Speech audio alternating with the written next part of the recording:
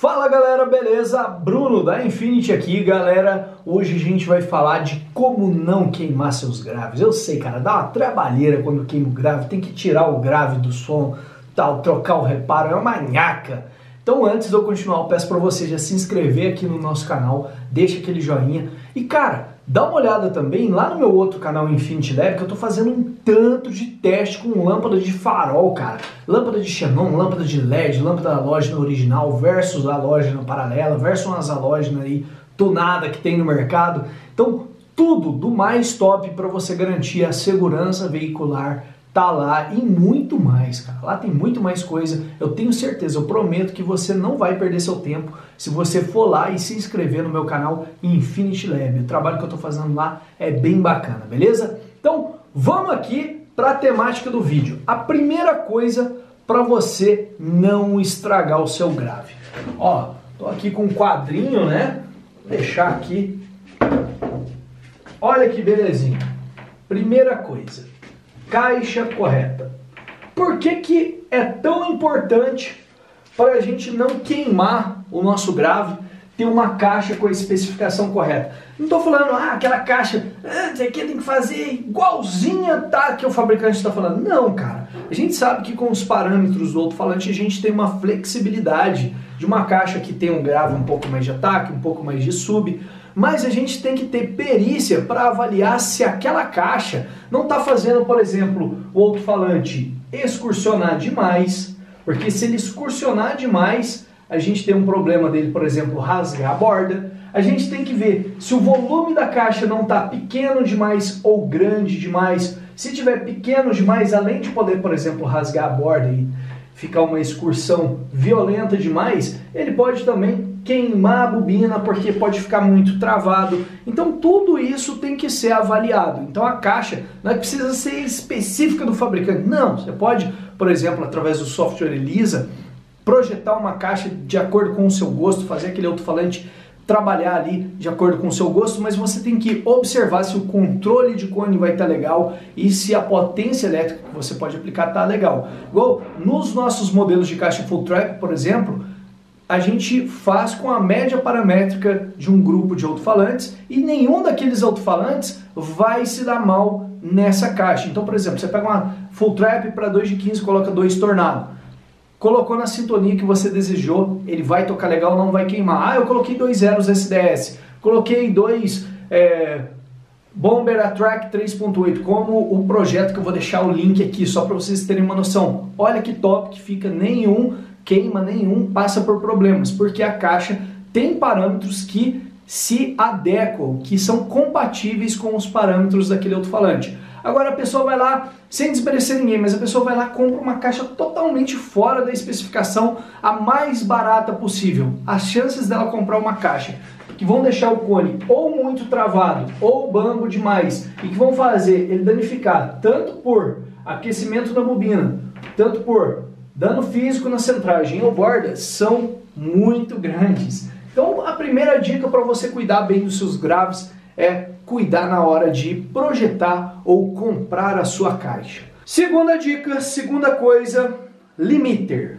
Vamos ver aqui, falar um pouquinho desse carinha aqui, que é o processador, né? Que tem aqui os luzinhos de limiter, e falar da potência aplicada. Pelos testes que a gente viu, tudo que a gente tem feito aqui, a gente já mostrou que aplicar em torno de 2 vezes a potência é uma regra relativamente segura e um meio termo legal para a gente ter desempenho, ok? E durabilidade, longa vida do alto-falante.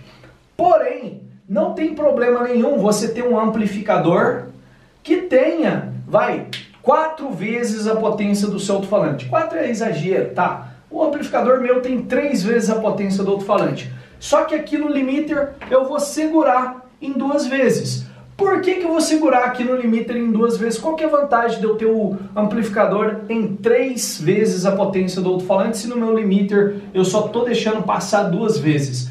É porque se passar um espúrio, se eventualmente o limiter demorar um pouquinho a atuar, dependendo da configuração do tempo de ataque que você colocou, ele vai passar mais do que 2 vezes, mas não vai passar a distorção. mesmo que num ponto, vamos imaginar aqui, ó, que nessa linha aqui, azulzinha, seja 2 vezes a potência.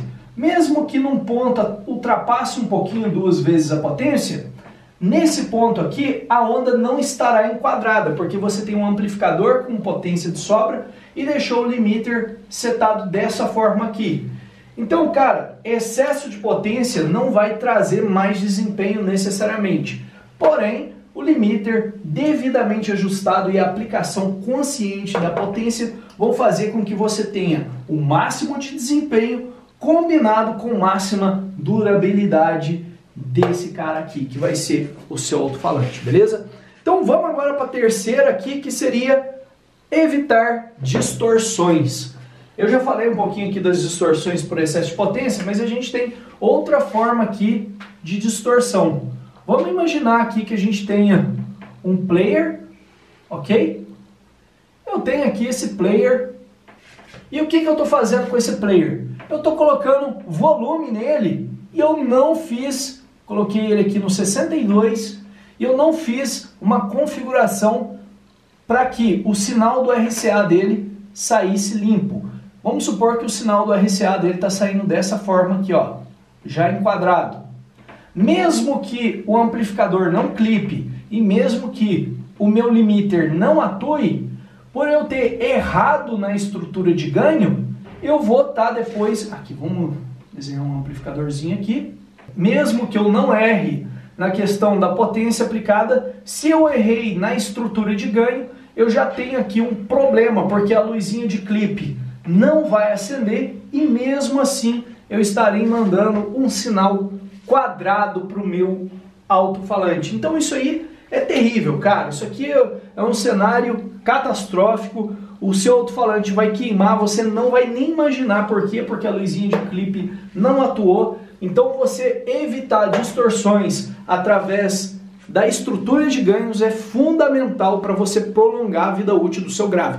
Tem um card aqui que eu falo, tem uma aula completa a respeito de estrutura de ganho. Corre lá se você ainda não assistiu, tenha paciência, estude, porque vale muito a pena. Beleza? Então vamos aqui para outra dica, que é o corte correto. Não adianta nada a gente ter a estrutura de ganho correta, ter o amplificador correto aplicando a potência, o limiter atuando, mas se o corte de frequência estiver abaixo, principalmente, do ideal para aquele alto-falante, você faz com que ele gere muito calor. Acima não tem tanto problema. Eu já falei em outros vídeos, o meu alto-falante de grave, ele reproduz até 100 Hz, não, 100 é muito pouco, vai. Ele reproduz até 200 Hz, mas eu coloquei o corte em 500 para forçar ele a chegar um pouco mais próximo do driver. Tem problema? Não, cara, porque esse cara aqui ele tem uma bobina tão pesada que essas frequências altas nem vão surtir um efeito significativo em termos de esquentar a bobina. Ah, mas vai esquentar um pouquinho? Vai, mas não é nada significativo. Já frequências abaixo daquela que ele pode reproduzir vão ter uma amplitude muito grande. E essas frequências de amplitude grande têm mais energia. E toda essa energia, por conta dele não conseguir converter em som, ele vai estar convertendo em quê? Em calor.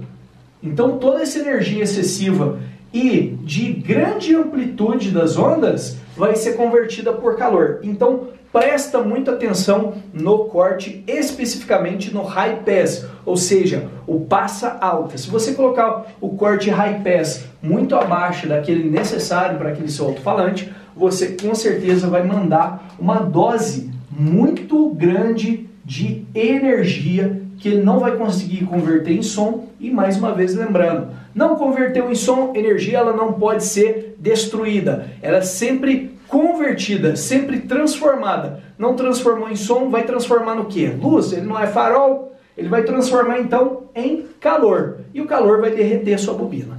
Beleza? Agora vamos aqui para a última dica. Essa aqui é muito interessante. Música de racha. Qual que é o grande problema da música de racha? Eu vou desenhar mais ou menos aqui uma música normal. Beleza? Sinal de áudio de uma música normal. Ele tem lá picos e depois cai. Tem outros picos e cai. Se a gente pegar e desenhar aqui uma média desse sinal, a média fica relativamente baixa, ok? Tem poucos picos e, no mais, sinal musical. Agora, vamos desenhar aqui o sinal de uma música de racha. A música, querida! Aí começa assim, ó. E fica praticamente uma senoide. Começa um ponto um pouco maior aqui e depois fica a senoide.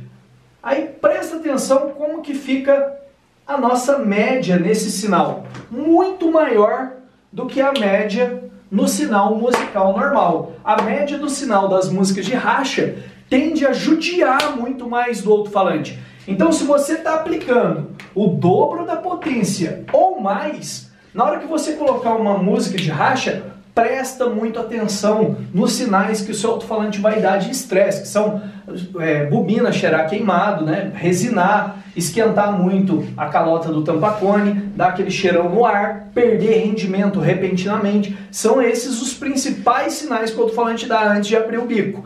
Então, você ter essa percepção e ter essa noção de que em músicas de racha ou determinados tipos de música em que o grave é muito constante, você não pode abusar do volume. Porque, mas eu quero abusar do volume, eu estou num racha, tem que tocar alto. Beleza, eu concordo contigo, mas tenha então em mente que você, aplicando o dobro da potência declarada do alto-falante e ainda colocando em música de racha, existe uma possibilidade muito maior de você mandar aquela bobina, pro espaço. Beleza? Então, essas são as dicas de hoje. Eu espero que você tenha gostado da aula. Se você gostou, deixa seu comentário, seu joinha. É através do seu comentário que eu fico norteado sobre qual conteúdo que eu vou trazer. Eu preciso saber de você. O que mais que você quer aprender, que eu estarei aqui à disposição. Vou ficando por aqui. Aquele abraço e até a próxima.